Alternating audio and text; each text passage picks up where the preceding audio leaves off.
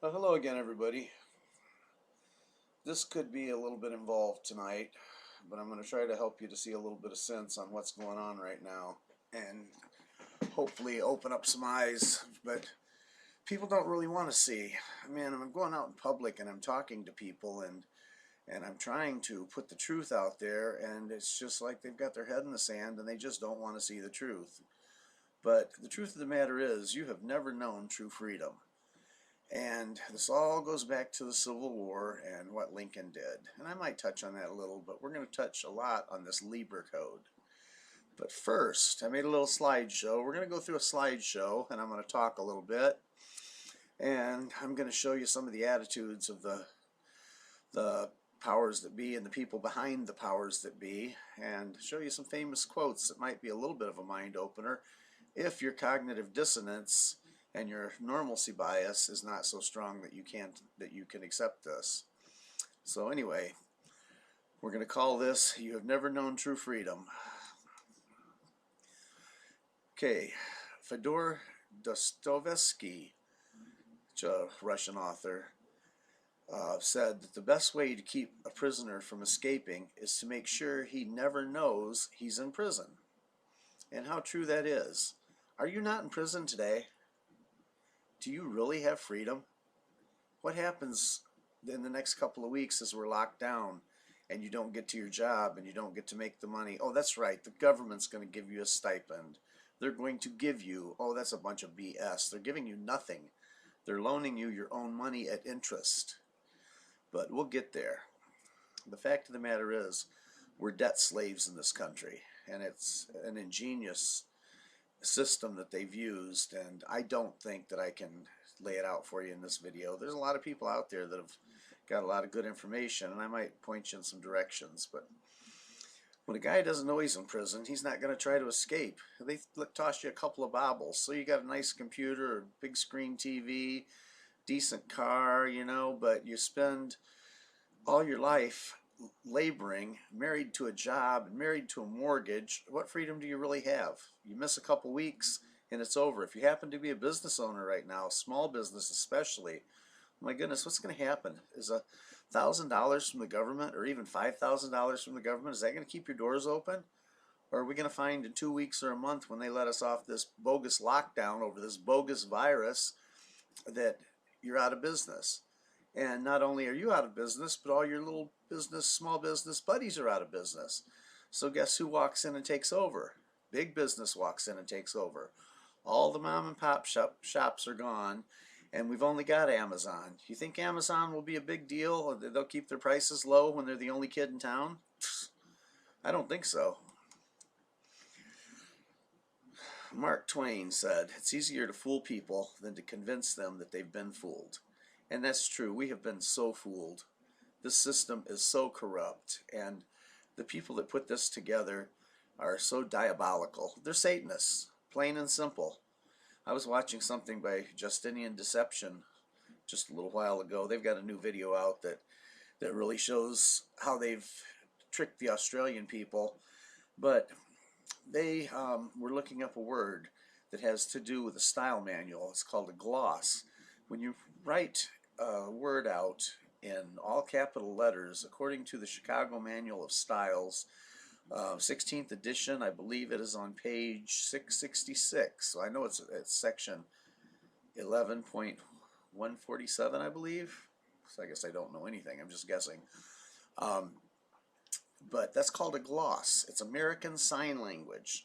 And when it's put on the top of a document, the state of whatever, state of New York, or people of the state of New York, or people of the state of Texas, or people of the state of Illinois, written in all capital letters, that doesn't fit with the regular text, where a noun is capitalized and then the letters that follow are all lowercase. That's the correct English, the correct styling of the language. But they put these diglossic images up there. It's a picture. It's like a hieroglyph. It doesn't fit with the text, and it's a foreign language. So it can't happen. And that breaks down to what's called fraud on the court, but that's for another lesson. But it truly is, Mark Twain was a very wise man, and it truly is easier to fool people than to convince them they've been fooled, because you've been fooled all your life, as I have, and I'm still being fooled. James Warburg. He's one of the bankers that was involved in the Federal Reserve and all of the rigmarole that goes with that. But he said we shall have a world government, whether you like it or not, by conquest or consent. What do you think's happening right now? Military troops are moving all over this country. They're being positioned. Something's going on. And we've pretty much consented to a world government already, but they're going to have it by conquest. They're going to rule us with a rod of iron. So, you know, you might as well get used to it. I think we're too far gone. So everybody needs to get their house in order, because Daddy Trump ain't going to save you. He's not the Messiah. We have one Messiah, Yahushua HaMashiach, and he's the only one that will save us through the power bestowed upon him by his Father, Yahuwah, Elohim. And that's where our hope has to lie. We can't have our hope in men, in governments. And by the way, all governments are fraudulent to begin with. What man or group of men have the right to, by force, make another man give up his energy, his labor, and have it redistributed to people who don't want to work? There's no legitimate purpose for that. Doesn't matter how many guns you got or how professional you make it look. It is a fraud and it is theft. And consequently, these stipends that are coming out, if you take them, you're giving consent. I just did a video on I don't consent, and beyond the scope of that video, you're also giving consent to theft. Not theft from me or theft from your kids, theft from your great-grandkids, your great-great-grandkids. There's so much money that's been stolen right now by the Federal Reserve counterfeiting that, you know, no way we can pay it. No way our kids can pay it, or our grandkids or our great-grandkids. But we're continuing to steal from future generations. And that's a straight-up violation of the laws of Yahuwah, the natural laws, which should be what govern every man. Every man should be self-governing according to the rules, the laws set down in the Holy Scriptures by Yahuwah Elohim. Plain and simple. There's no getting around that. There's no explaining it away. Well, yeah, but we need... No. Every man should be self-governing. So that's that. But this is what this guy Warburg thinks. He's going to have... And, you know, this was a multi-generational plan. He's long dead. The people that came up with this plan, this is a 200-300-year-old plan. It probably goes back to ancient Babylon, to tell you the truth about it, because it's satanic powers that are behind it. Let's look at another one here. Nelson A. Aldrich. Here's another one. Another one of those great guys. Before passage of this, he's talking about the Federal Reserve Act. Before passage of this act, the New York bankers could only dominate the reserves of New York. Now, we are able to dominate the bank reserves of the entire country. Well, beyond that, they now have the IMF, who is actually our treasury, believe it or not. I'm not going to go there in this video. We haven't had a treasury since, I think maybe it was 1941. Anyway, you can look that up, because there's actually a law in the statutes at large to that effect. I didn't include it because we got a lot of ground to cover. But this is one of those SOBs that was involved in the Federal Reserve. And you can see right there what their intention was from the beginning: to get control of the money. They're the money changers. These are the ones that Yahusha went into the temple and overturned their tables and chased them around, chased them out with a cat of nine tails. You think maybe we need to have a little righteous indignation against the system? Our Messiah did. Oh, this is a great one here. David Rockefeller. I got a couple of them from him. He said, "We are grateful." This was he was talking to a bunch of reporters when he did this interview. He said, "We're grateful to the Washington Post, the New York Times, Time Magazine, and other great publications whose directors have attended our meetings and respected their promises of discretion for almost 40 years. It would have been impossible for us to develop our plan for the world if we had been subjected to the lights of publicity during those years. But the world is more sophisticated and prepared to march towards a world government. The supranational sovereignty of an intellectual elite and world bankers is surely preferable to the national auto-determination practiced in past centuries. Does anybody know what auto-determination is? That's quite a word, isn't it? Auto, it's automatic determination. It basically means we rule ourselves. We have our own. We take care of our own selves. We rule our own selves. We rule over our bodies. We rule over our minds and our spirits, and we determine the directions of our life.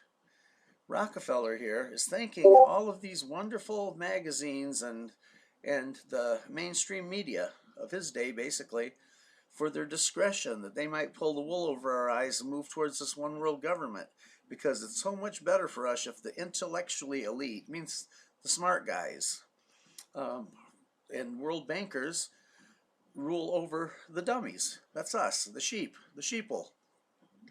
That's incredible. It's insane.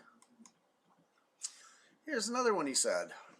Some even believe we, the Rockefeller family, are part of a secret cabal working against the best interests of the United States, characterizing my family and me as internationalists, and of conspiring with others around the world to build a more integrated global political and economic structure. One world, if you will. If that's the charge, I stand guilty, and I am proud of it. David Rockefeller. Well, fortunately, the SOB is dead, and I hope he's not very comfortable where he's at right now, because this is a pretty evil thing that he said right there.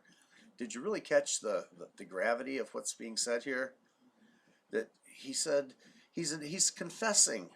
People have caught on. Some people have caught on that him and his family are working against our interests and the interests of our country, and that they're conspiring to build this new world order. And he says right here, if that's the charge, I stand guilty and I'm proud of it. He's proud of being a treasonous SOB. I mean, come on now, let's get real with this. Oh, here's another real winner. Henry Kissinger. How long's he been around? He should have been dead like 50 years ago, shouldn't he? He's got to be doing something satanic to still be alive. Today, America would be outraged if UN troops entered Los Angeles to restore order. Tomorrow, they will be grateful. This is especially true if they were told that there was an outside threat from beyond, virus, whether real or promulgated, that threatened our very existence. It might not be real, huh? It is then that all people of the world will plead to deliver them from this evil. They're going to beg for the vaccine. Oh, that's not there, sorry. The one thing every man fears is the unknown.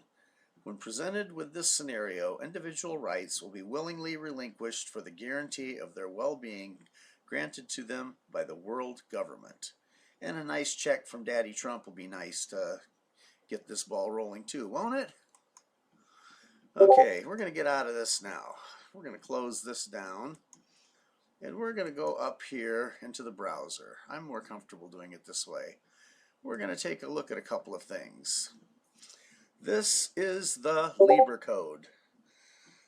Okay, I thought I pulled it up. Before I go to the Libra code, let's come over here. This is not the one. This is one I want you to see later, I think. Okay, I don't know if I left it up. I've been through a bunch of stuff tonight. I had one here about Lincoln and what he really did. Now he kicked off this war. But everything you've believed about Abraham Lincoln is a lie. He was the most treasonous person you can even imagine. I'm sorry if you're getting that noise in the background. That's from Discord, and I'm not able to turn it off for some reason. Sorry. Anyway, the Libra Code is General Orders 100. It's one of his first executive orders. Might be the first executive order. I don't really remember. But anyway, what this is Abraham Lincoln, shortly after the war started. The war started when the Southern Senators walked out in 1861. And at that time, Jefferson Davis told Lincoln that they were tired of paying the taxes to the North. and that they would be okay as long as they didn't surround Fort Sumter. So what happened? Within a couple of weeks, Lincoln surrounded Fort Sumter and it kicked off the war. Jackson gave him warning. He did it anyway, and here we go.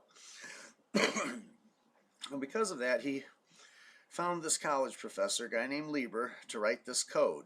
And what this code is, it's instructions for government armies of the United States in the field, prepared by Francis Lieber, LLD, and revised by a board of officers, which Major General E.A. Hitchcock is president. Having been approved by the President of the United States, that would be Lincoln, he commanded that they be published for the information of all concerned, by order of the Secretary of War, E.D. Townsend, Assistant Adjutant General. Instruction for government of armies of the United States in the field. Section 1, martial law, and this is what we have to look at here. The first, this whole thing goes over a lot of different stages or a lot of different aspects of martial law. But I propose that we have been under martial law since 1861. See what happened when those senators walked out. They didn't follow parliamentary procedure. They were supposed to adjourn, and they were supposed to set a date to reconvene. They didn't. They just walked out. So what did Lincoln do? He rounded up 75,000 Union troops to go collect those Southern senators and congressmen and brought them back in at gunpoint. Since that time, we have not had a legitimate Congress, and I'm hoping that I can show you this by the time we get through this, that the only thing that we have right now that is legitimate is the executive department of a corporation. That's what I should have pulled up, the Act of 1871. We'll probably go there and do that. A place, district, or company, Article 1, a place, district, or country occupied by an enemy stands in consequence of the occupation under martial law of the invading or occupying army, whether any proclamation declaring martial law or any public warning to the inhabitants has been issued or not. Martial law is the immediate and direct effect and consequence of occupation or conquest. The presence of a hostile army proclaims its martial law. Anybody think the police force is harsh today? What about the military regalia that they're wearing and the military ranks? We have been occupied. We are occupied. We have been since 1871. And the next one, Article 2, is really interesting also. Martial law does not cease during the hostile occupation except by special proclamation ordered by the commander-in-chief or the president, that's who that's talking about, or by a special mention in the Treaty of Peace concluding the war, when the occupation of a place or territory continues beyond the conclusion of peace as one of the conditions of the same. So that's saying a lot there. We're not going to look at all of what that's saying. It's saying that the president has to declare martial law is over formally, or it has to be formally placed in a treaty, the Treaty of Peace at the conclusion of the war. Guess what? There was never a treaty of peace after the Civil War. I challenge you to find a treaty of peace. You're not going to. Martial law in hostile country consists in the suspension by the occupying military authority of the criminal and civil law and of the domestic administration and government of the occupied place or territory, and in the substitution of military rule and force for the same, as well as the dictation of general laws, as far as military necessity, remember that word necessity, requires this suspension, substitution, or dictation. Now that necessity, the need to do something, it's just necessary that we do this. They use that all the time, and they're able to do that because of this document here. Okay, and as we back up and we look back on it, and Article 3 in the first line, it says, consists in the suspension by the occupying military authority of the criminal and civil law. Okay, we have four natures of an action that are allowed under the Constitution. Okay? The natures are common law and equity, And that's what used to be, that's what the basis of the laws of England were, was common law and equity. But they also have two other jurisdictions. It's maritime and admiralty. Admiralty has to do with military law. They've combined the two, and we were actually under a maritime admiralty jurisdiction. You would actually do better off when you go into a court of law if you would take, I believe it's a 1984 Manual of Courts Martial. If you would take that and use that for your rules of the court, because you are basically being court-martialed. You're in a military venue, okay? And in a military venue, you're not innocent until proven guilty. They give lip service to that. It's not the way it works. Okay, let me run this by you. Excuse me. How come you're a defendant? First of all, you're the accused. When you go into their court, you're being accused. There's a maxim of the law that he who brings a claim has the burden of proving it. By them making you changing you from being the accused to the defendant, there's a presumption and assumption in place right there that you are guilty until you can prove yourself innocent. Now, they bring some police report, some little piece of evidence in there, and then they don't give you the whole thing. They've got Brady versus Maryland. They're supposed to give you a whole lot more in the way of discovery, but like in Illinois, it's called open file discovery. They give you the police report, and they ignore Brady versus Maryland because they can. It's a military venue. They don't have to follow anything. That judge is the king in that courtroom, or so he thinks. If you know how to handle them, they really aren't. But anyway, so you're a defendant, and the next thing they want you to do is they want you to give them a list of your witnesses. Well, they haven't brought their case yet. So how do you even know what witnesses you're going to need? You have to give a list of your witnesses, plus you have to give a list of any run-ins they've had with the law, any mental illness they may have, anything that the prosecutor could use to discredit your witnesses. Try to get that information on a police officer that's going to come in for the prosecution and testify against you. It ain't happening. I've done it. I've done a FOIA request for the information on the police officers, for their standing with being up on all of their certifications and everything. I was refused. They wouldn't give it to me. Okay, but yeah, you have to give all this information on your witnesses ahead of time before you even hear the minutiae of the charges against you. And you have to give a defense. What defense are you going to use? So when they come in there and they surprise you and you need to go a different direction, well, you can't even do it. Or you need to add a different witness, well, you can't do it because that's unfair to the prosecution. They do not care about fairness to the defendant, to the accused, because they don't have to. It is a military proceeding. It's under maritime admiralty law.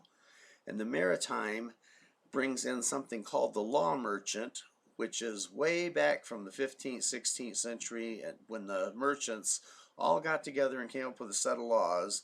It gave rise to something called the Star Chamber, where if your attorney was not on board and wouldn't sign off, then you couldn't even get what you wanted in court. It was, look up the Star Chamber sometime. As a horrendous, heinous, evil thing they had going on back then. But I could spend an hour on this document right here and not even scratch the surface. I'm going to go down here. All civil and penal law continue to take its usual course in the enemy's place and territories under martial law, unless interrupted or stopped by order of the occupying military power. But all functions of the hostile government, legislative, executive, or administrative, whether of general, provincial, or local character, cease under martial law and continue only with the sanction or, if deemed necessary, the participation of the occupier or invader. That's the hostile force. More evidence of what's going on and why we have all these cops out there in paramilitary uniforms.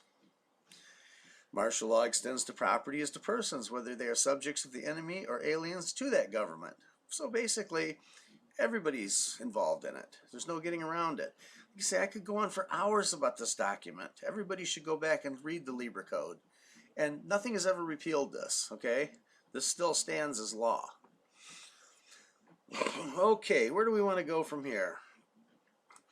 I went to the Hague Convention. The Hague Convention becomes very important in all of this also, and I'm just going to touch on it a little bit because it's an international treaty. The ones that we're worried about are the 1890 Hague Convention of 1890 and 1907, a series of international treaties and declarations negotiated at two international peace conferences at The Hague in the Netherlands, along with the Geneva Convention.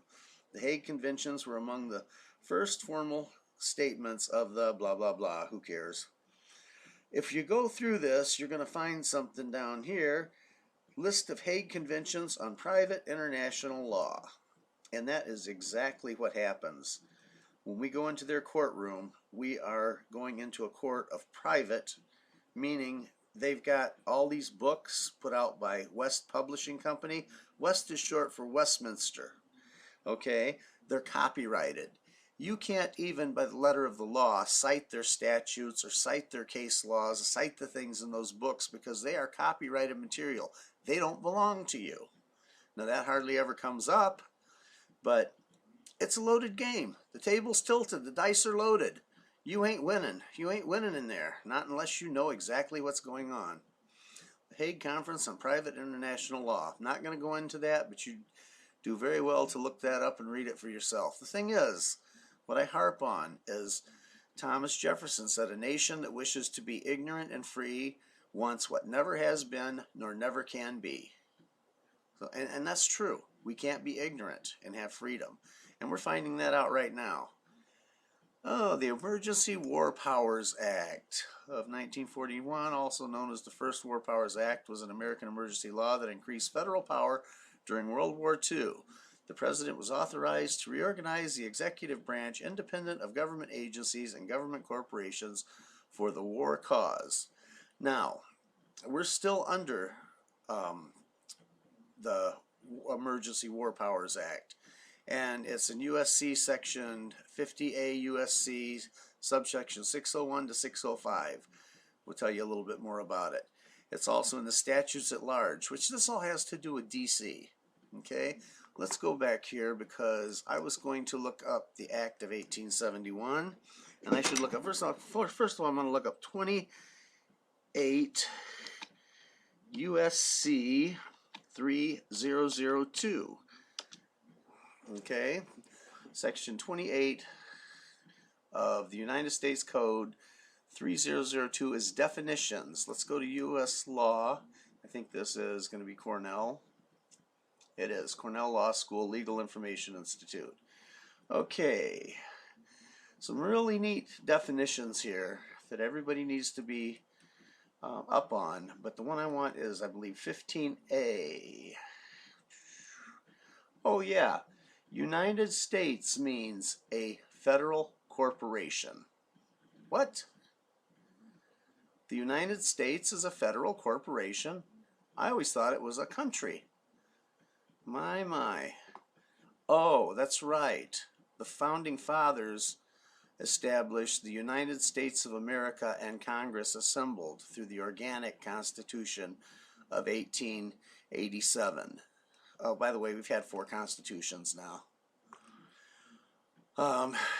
And we went from a Constitution 4 to the Constitution of the United States. The original was the Constitution for the United States of America and Congress assembled. Why is that? Why was it for the United States of America and Congress assembled? It was a trust document, a trust indenture that had nothing to do with the people and had everything to do with the limitations on the power of government. And the power of government included the Congress. That's why it said, and Congress assembled. I'm sorry, I'm a little bit upset with all of this stuff that's going on. But anyway, that's pretty interesting, isn't it? And see, they do this. 28 USC Code 3002. This is how many 100,000 different codes under the United States Code? I mean, this is big. This is 3,000 under this right here, and that's not the end of them. You know, this is the 28th title, and it goes up to, I believe there's 50 or 51 titles. I believe it's 50. Not really up on it.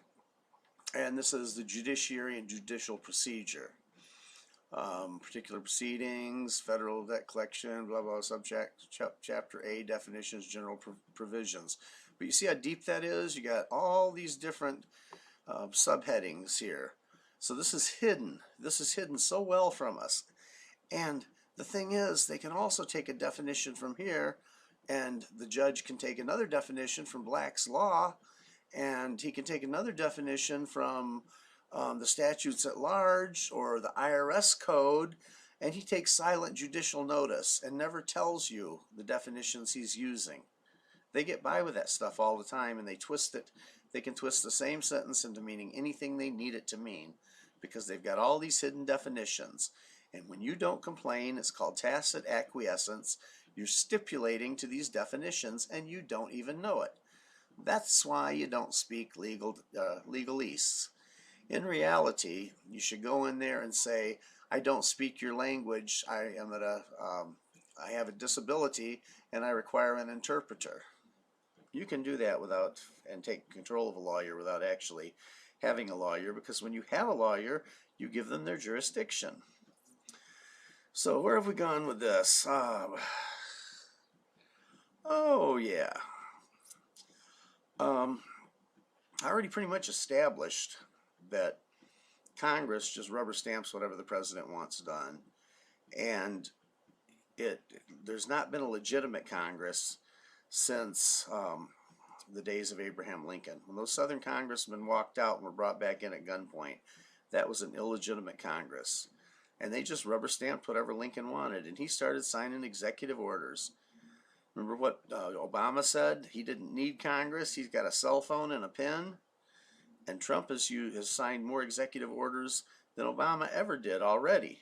In 8 years, Obama didn't beat what Trump has done in just over 3.5, whatever. Okay, now there's something called the Lufkin Action at Law.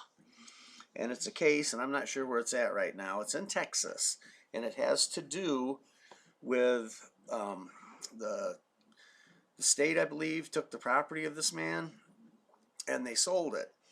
And the way he approached it, it came out that they changed the oath in the Constitution, and there actually have not been any legitimate courts in this country in many years. I think it was 1989. We're going to go down here. We're going to look at this right here. Don't care when it was, really. This right here. Justices and Judges' Oath of Office. In respect of the above requirement of Article 4, Clause 3 of the Constitution, Congress on September 24th, 1879, in an act to establish the judicial courts of the United States at 1 Stat 73, the Judiciary Act, at 76 supply the oath or affirmation needed for federal justices and judges to be authorized to exercise judicial power of the United States, to wit, that is. Okay, now, because the United States has usurped all of the states, they're all federal judges, okay? Just because it's a county prosecutor, don't matter. He's still considered a federal judge.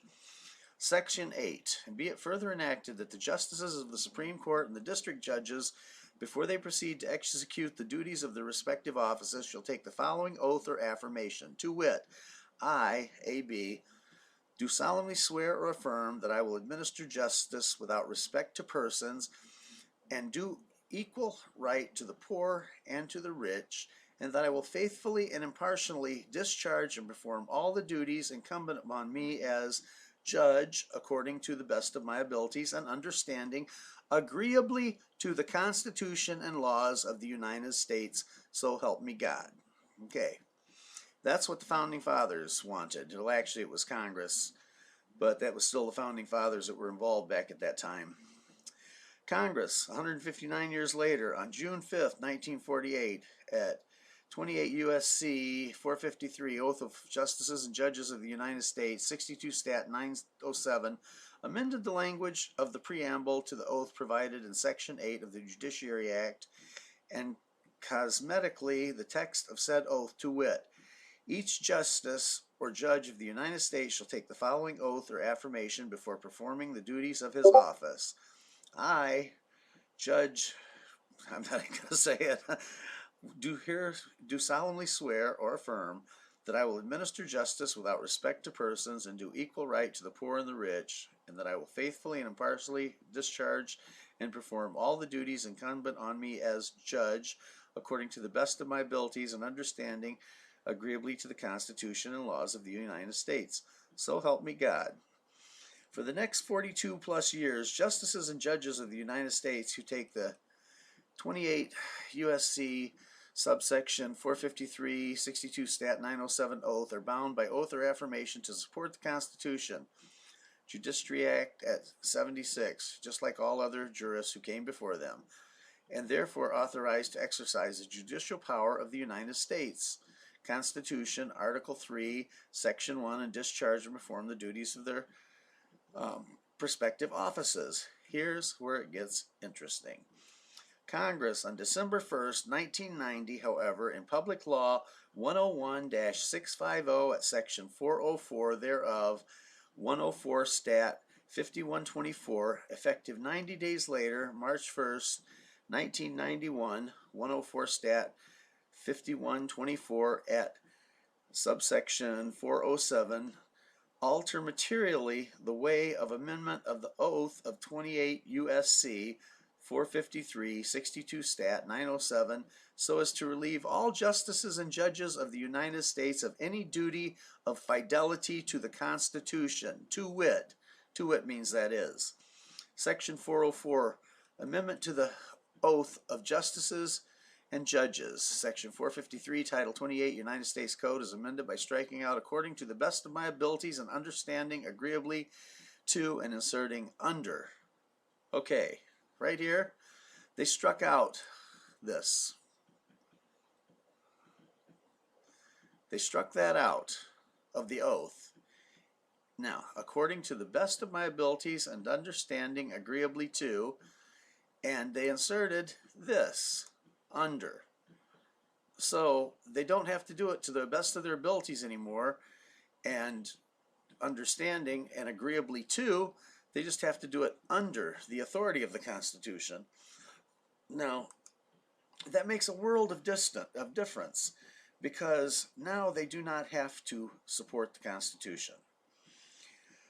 Upon amendment 28 USC 453 oath, justices and judges, blah, blah, blah, 104 stat, 5124 provides, each justice or judge of the United States shall take the following oath or affirmation before performing his duties or office.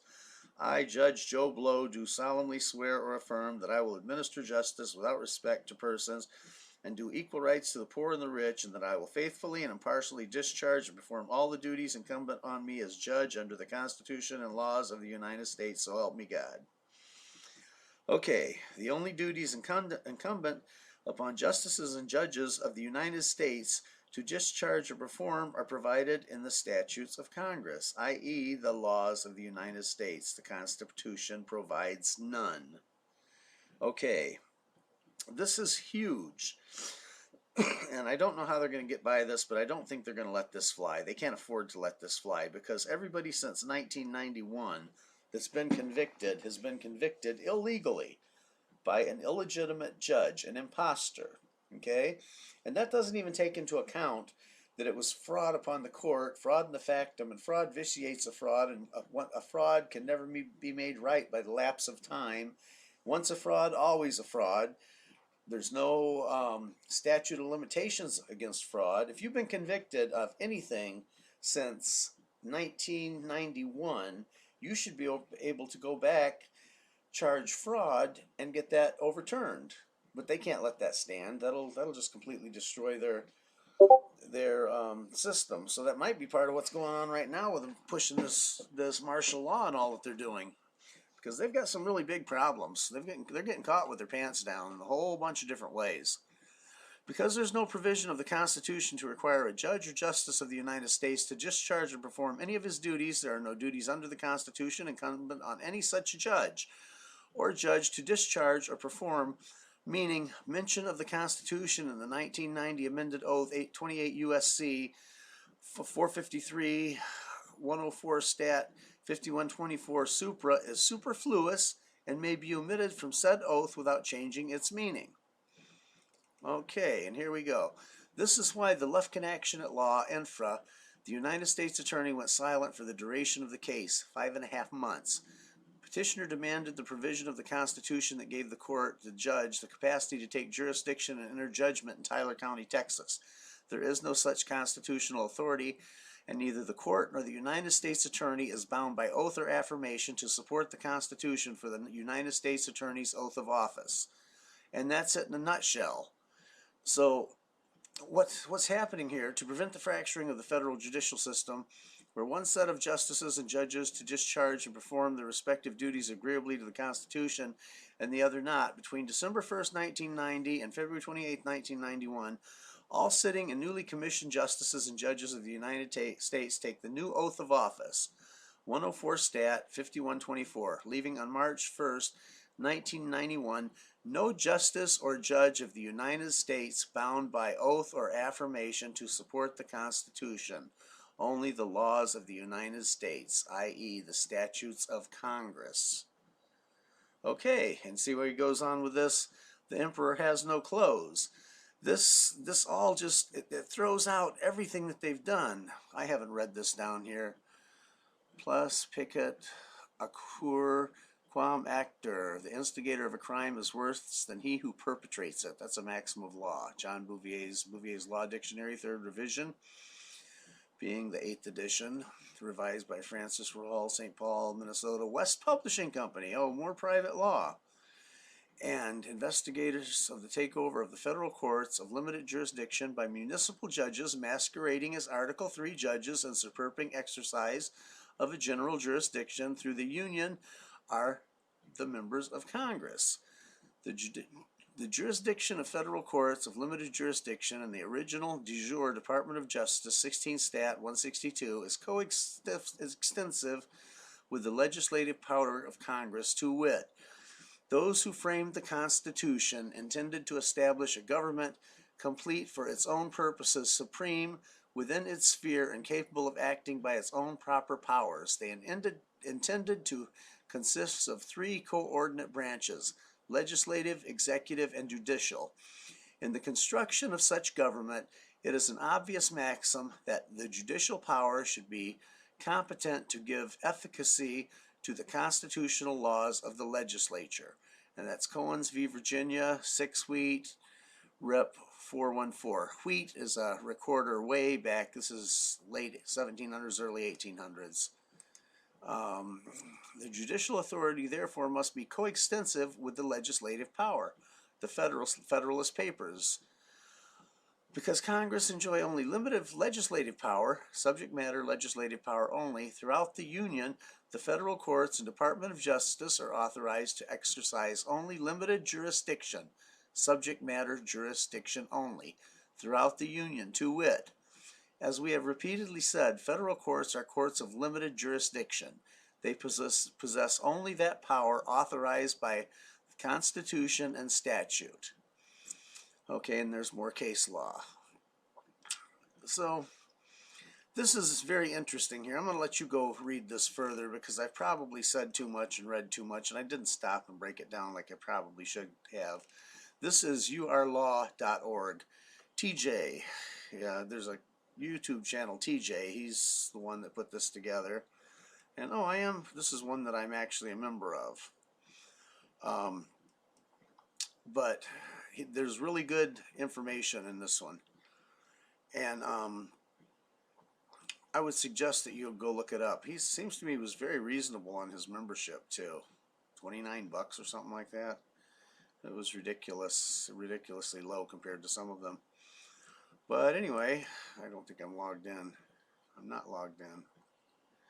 Come on, log in. Well, that's interesting. I was gonna... Oh, okay, I'm a free member on this one. There it is. Yeah, the membership. I've got several of these. Yeah, this one is free, and then for $29 you can get unlimited access. And he's got a lot of really good information. But I chose...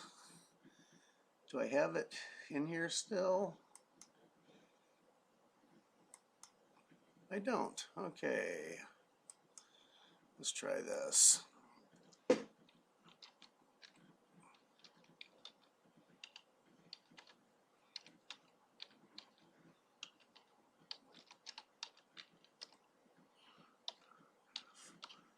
Did I get that right? Maybe. Okay. No, I misspelled it. Okay, let's try this. Soverty. FYI.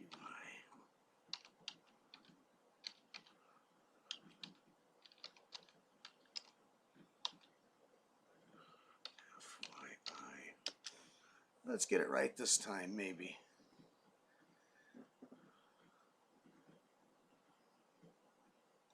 Okay, I see what I did. I think I have to have an E in there.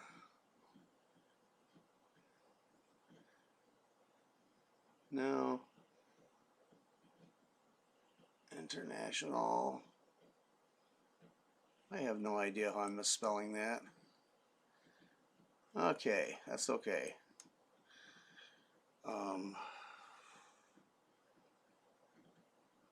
Oh my goodness, I can't remember his YouTube channel.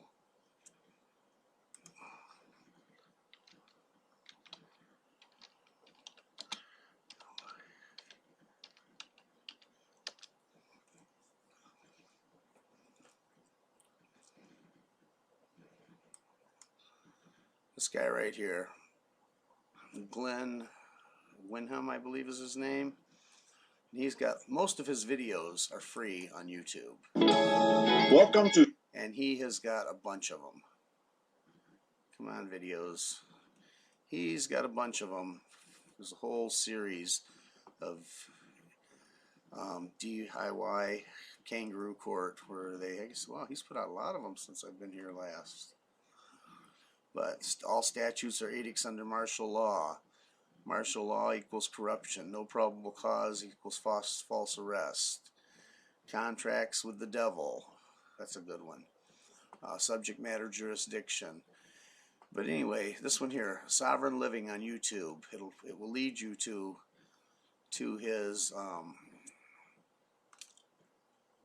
private channel. He's got something called the Arlington Information Share, which I can't show that to you. I've got it downloaded. I used my screen capture software and downloaded it, but I can't show it to you because it's for my use only. That's kind of like, you know, on the honor system there. But there's some great stuff here, and if you go back here a ways, oh, belligerent claimant. I guess Brandon was talking something a couple times about belligerent claimant. I've watched this. It's a very good video. Once you can start wrapping your head around some of the things he says here, and I'm going to warn you, his language gets a little strong. He calls them all kinds of names that, you know, followers of Yahuwah shouldn't use. But he also, it's more like, let me pull this up real quick. We'll just give a little bit of it. Watch me get an ad. I hate ads. Right, as though nobody's watching, because nobody's watching. Okay, I don't want that on there because I don't want to be stealing somebody else's information. Come on. Let's skip the ad. I still don't know how it works on this.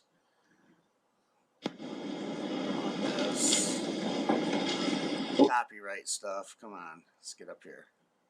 Got nothing to say. But he's supposed to be sitting there playing stupid at worst, and at best he should be honoring his oath and protecting your rights. But they're not interested in that. They're nothing but a bunch of bought and paid for whores. Don't get me going. You're going to get me going. And that's Glenn. The burden shifts to the court to prove jurisdiction. And he gives you a lot of these slides all the way through his talks.